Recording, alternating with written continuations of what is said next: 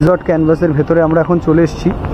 ভেতরটা দেখো, খুব সুন্দরভাবে সজ্জিত, বেশ দারুণ লাগছে। ভেতরটা খুব সুন্দর করে এখানে সজ্জিত রয়েছে।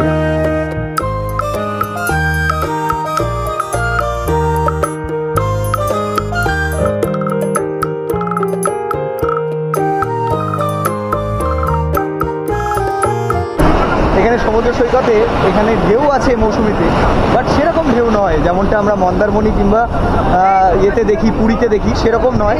বাট খারাপও নয়, বেশ ভালোই ওটা।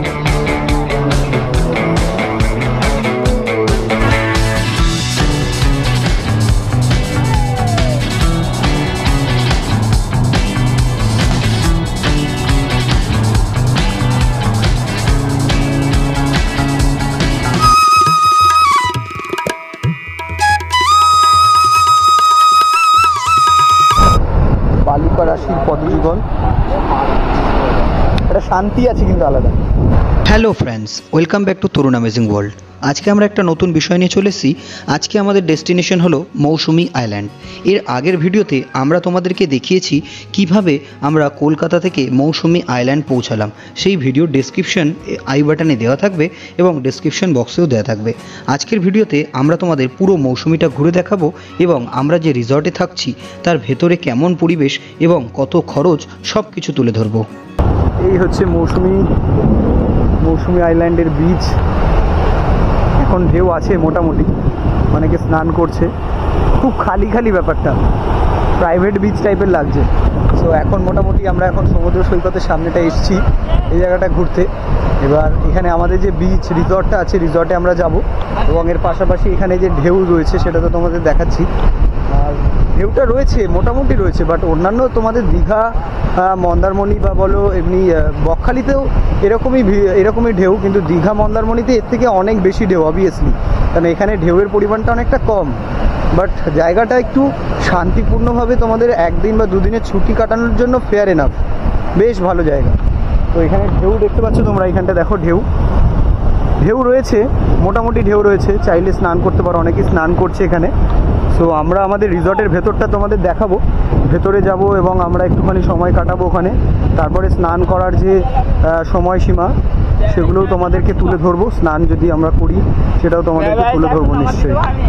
সো বিচ ক্যানভাস রিসর্টে আমরা চলে এসেছি।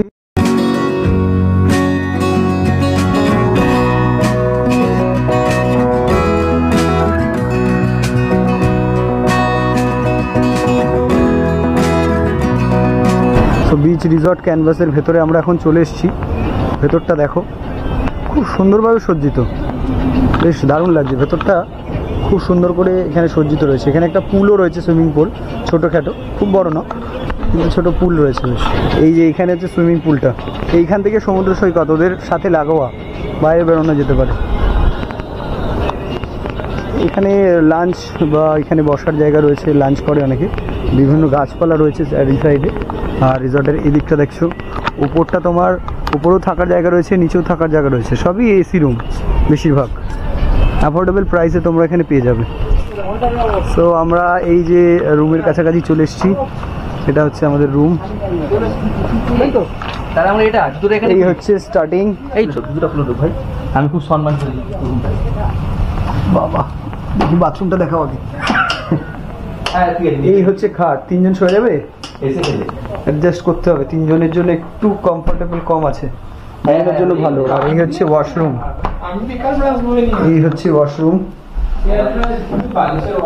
ভালোই আছে। এখানে একটা শাওয়ার আছে, একটা বেসিন আছে, আর একটা কোমোড আছে।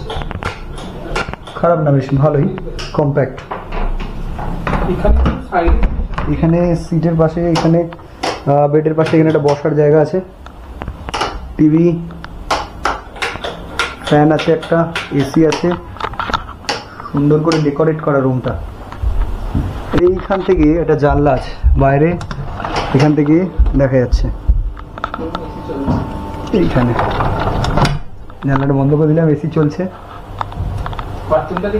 হ্যাঁ, এই হচ্ছে এখানে একটা আলমারিও রয়েছে, আর এখানে মিরর, যেটা খুবই দরকার বাইরে বেরোনোর জন্য। সো এই অবধি মোটামুটি চলে এসেছি। এখন আমাদের গরমে ওয়েলকাম ড্রিঙ্ক হিসাবে এই মাজাটা দেয়া হচ্ছে। ডাবের জল দেওয়া হতো আগে, কিন্তু এখন ডাবের জল বলছে নাকি বন্ধ আছে, কোনোই নাকি রিসর্টে দেয় না। সো এটা একটা পয়েন্ট, আমার মনে হয় এটা নোট করা উচিত। আমি তো অ্যাজ এ ওয়েলকাম ড্রিঙ্ক এখানে ডাবের জলটাই আশা করেছিলাম, কিন্তু এখানে ওরা মাজা দিচ্ছে। এখন আমরা রুমের মধ্যে একটু ফ্রেশ হয়ে নিয়েছি, ফ্রেশ হয়ে এখন আমরা সুইমিং পুলের উদ্দেশ্যে চলে যাচ্ছি। সুইমিং পুলের এখানে আসলাম, সুইমিং পুলে নামবো, এখানে স্নান হবে।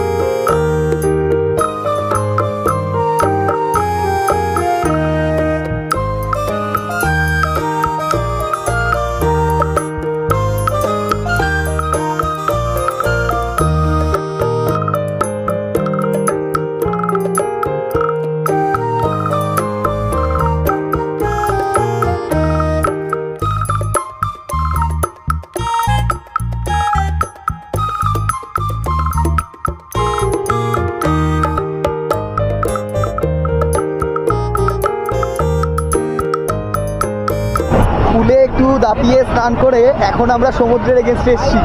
সমুদ্রের এগেনস্টে আমরা এখন একটু এসেছি, এখন সমুদ্রের এখানটা একটু যাব।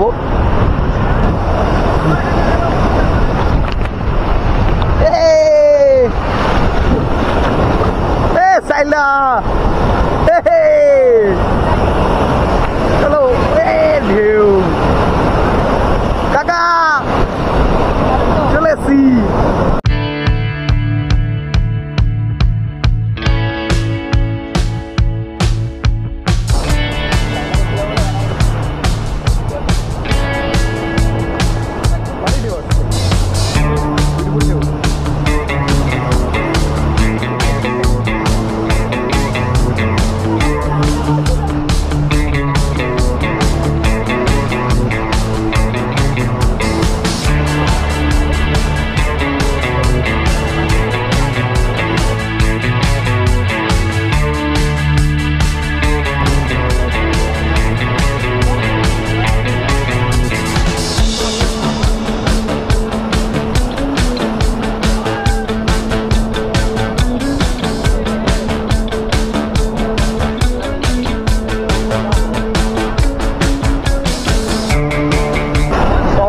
এখন আমরা সমুদ্রের এখানে এসেছি, একটুখানি মজা করছি, বেশ স্নান করছি অল্প।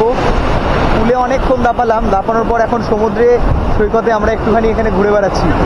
এখানে সমুদ্র সৈকতে এখানে ঢেউ আছে মৌসুমিতে, বাট সেরকম ঢেউ নয় যেমনটা আমরা মন্দারমণি কিংবা ইয়েতে দেখি, পুরীতে দেখি, সেরকম নয়, বাট খারাপও নয়, বেশ ভালোই মোটামুটি।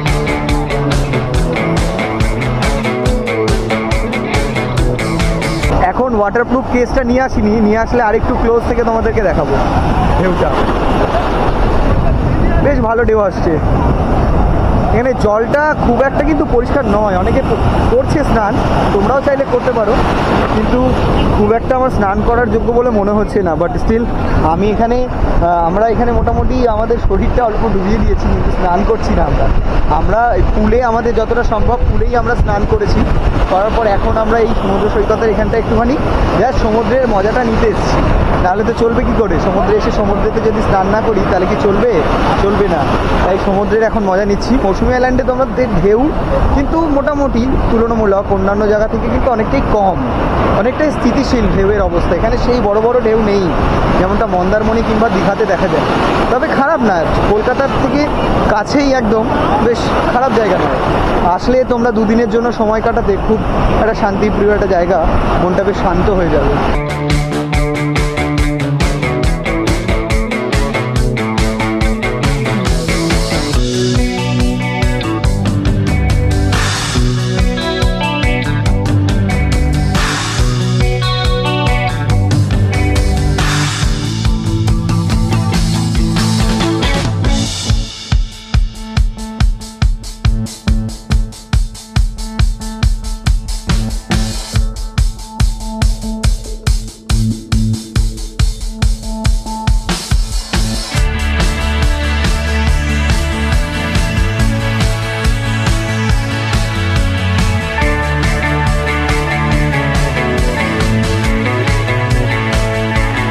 পুলে স্নান করার পর আমরা বেশ কিছুক্ষণ সমুদ্রে স্নান করলাম, মজা করলাম, খুব আনন্দ করলাম সবাই মিলে। সো আমাদের সমুদ্রে স্নান করা কমপ্লিট। এখন আমরা আমাদের রিসর্টের উদ্দেশ্যে আবার চলেছি। রিসর্টে গিয়ে আমরা আমাদের লাঞ্চটা সেরে নেব। লাঞ্চে কী কী মেনু থাকছে সম্পূর্ণ তথ্য থাকবে।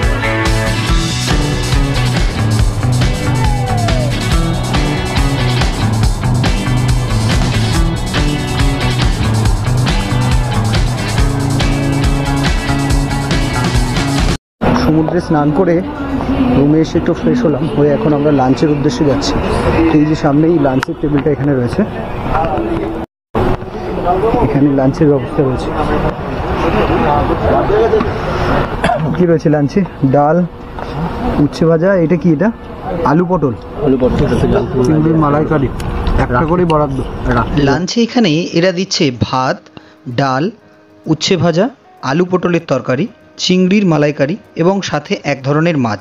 সেই মাছ যখন যে মাছ অ্যাভেলেবেল থাকে তারা সেই মাছটা দেয়। আমাদের রিসর্টের পাশ থেকে এখানে যে রাস্তাটা গেছে সমুদ্রের পাড় বরাবর, সেই রাস্তাটা আমরা একটুখানি ঘুরে দেখার চেষ্টা করছি, তোমাদেরকেও একটু দেখাতে চাইছি। সমুদ্রের পাড় থেকে এই যে রাস্তাগুলো গেছে এর উপরে কার্পেট টাইপের বা কাপড় টাইপের যে পাতা রয়েছে, তার কারণ হচ্ছে সমুদ্রের ঢেউ আছড়ে পড়ে এই মাটির তৈরি এই রাস্তার ওপর, এবং মাটি কিন্তু খুব সহজেই ধসে যায় এবং অনবরত রাস্তা কিন্তু ভাঙতে থাকে, আবার মানুষকে দিয়ে নতুন রাস্তা তৈরি করতে হয়। তো সেই কারণেই এই জিনিসগুলো বিছিয়ে রেখেছে যাতে মাটি ক্ষয় একটু কম হয়। হ্যাঁ, যদিও প্রাকৃতিক বিপর্যয় বা প্রাকৃতিক যে ক্ষয় সেইটার এগেনস্টে তুমি যতই ব্যবস্থা নাও অত সহজে কিন্তু তুমি অবক্ষয় রোধ করতে পারবে না, বাট স্টিল মানুষের দ্বারা এটা একটা উদ্যোগ। আর এই যে আমাদের চলার সাথে আমাদের এক সাথী, এই সাথী আমাদের সাথে কিন্তু চলেছে, একে আমরা বিভিন্ন জায়গাতে পাবো। আমরা মন্দারমণিতেও কিন্তু এরকম একটা সাথীর দেখা পেয়েছিলাম।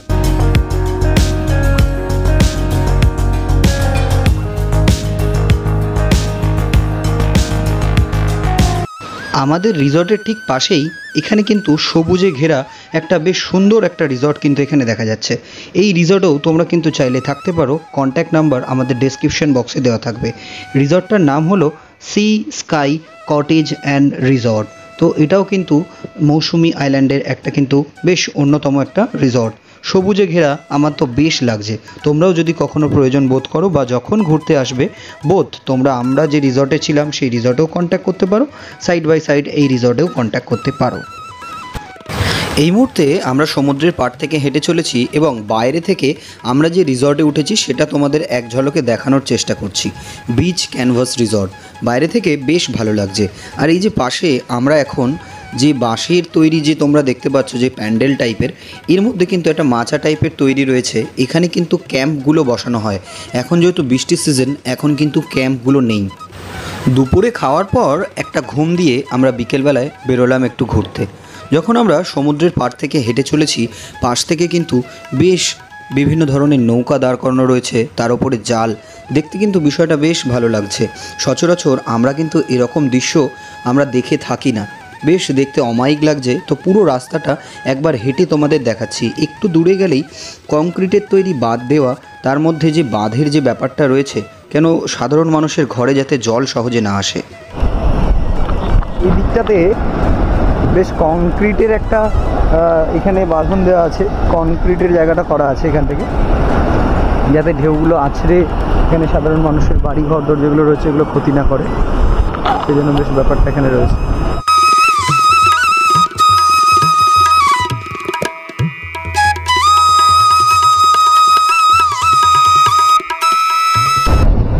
সমুদ্র তটে চলে এসেছি আমরা। বালুকা রাশির পদজীবন, একটা শান্তি আছে কিন্তু আলাদা।